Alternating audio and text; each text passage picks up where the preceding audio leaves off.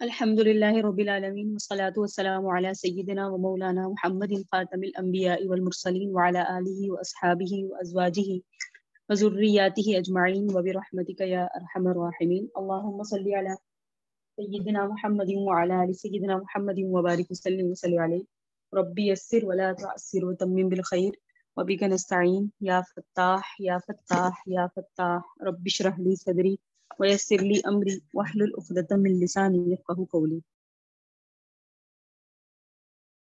ربي زدني علما ربي زدني علما ربي زدني علما. اللهم صل على سيدنا محمد وعلى آل سيدنا محمد وبارك وسلم عليه. سورہ نساء آیت نمبر 88 والمحصنات 5واں پارہ. فما لکم فی المنافقین فئتین، کیا ہو گیا تمہیں کہ منافقین کے بارے میں تم جو دو جماعتیں ہو گئے. واللہ ارکسہم بما کسبوا، اللہ تعالیٰ نے ان کو لٹا دیا ان کی پہلی حالت کی طرف ان کے کردار کے سبب. اتریدون، کیا تم ارادہ رکھتے ہو، ان تہدو، کہ تم ہدایت دو انہیں، من اضل اللہ، جس کو اللہ نے گمراہ کر دیا، ومن یضلل اللہ، جسے اللہ گمراہ کر دے، فلن تجد لہ سبیلا، اس کے لیے ہرگز راستہ نہیں ہے یا وہ ہرگز راستہ نہیں پائے گا. بدو لو تکفرون، یہ لوگ چاہتے ہیں کہ تم کافر ہو جاؤ، کما کفروا، جیسے انہوں نے کفر کیا. فتکونون سواء، پھر ہو جاؤ تم سب برابر. فلا تتخذوا منہم، پس نہ بناؤ ان میں سے، اولیاء دوست، حتی یہاں تک کہ یہاجروا فی سبیل اللہ، کہ وہ اللہ کے راستے میں ہجرت کریں. فإن تولوا، سو اگر وہ پیٹھ پھیر لیں، فخذوہم، تو تم انہیں پکڑ لو، وقتلوہم، انہیں قتل کرو، حیث وجدتموہم، جہاں بھی تم انہیں پاؤ. ولا تتخذوا منہم ولیا، اور ان کے ساتھ نہ تو کوئی حمایتی بناؤ، ولا نصیرا، نہ کوئی مددگار، یا نہ بناؤ ان میں سے کوئی حمایتی نہ مددگار.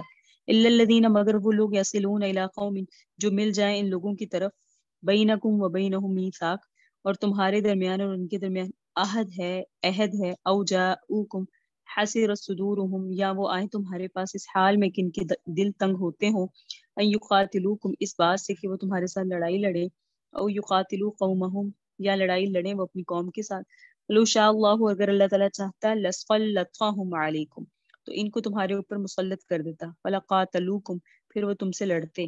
فإن اعتزلوکم، پس اگر وہ لوگ تم سے جدا رہیں، فلم یقاتلوکم، تو تم بھی نہ لڑو. وألقوا الیکم السلام، اور ڈالیں وہ تمہاری طرف صلح.